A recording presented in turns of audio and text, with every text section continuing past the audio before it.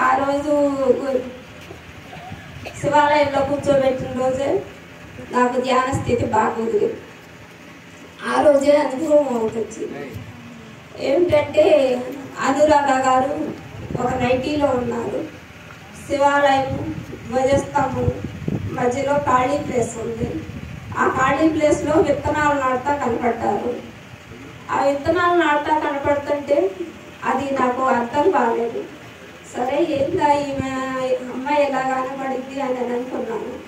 తర్వాత 2 రోజులు తర్వాత అమ్మాయితో అన్నాను, అన్నారా ఇలా కనపడింది అని. తర్వాత వారం రోజులకి పత్రిజీ గారి బుక్ చదివాను.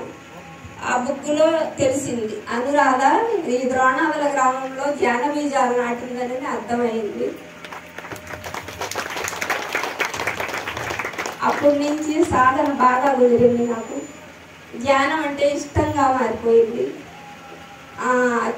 చేయగా నాకు కొద్దిగా ఇంట్లో ప్రశాంతత తక్కువ అన్నట్టు, మానసిక బాధ అన్నట్టు అనిపించేది. కానీ ఈ ధ్యానంలో వచ్చిన తర్వాత చాలా హాయిగా, చాలా ప్రశాంతంగా, దీనిలో ఏదో తెలియని శక్తి ఉంది. కానీ నాకు ఇదే కావాలి మనసు పదే చెబుతుంది. అందుకని పదే దాంట్లోనే మునిగిపోయాను. ధ్యానం అంటే ఇష్టంగా మారిపోయింది.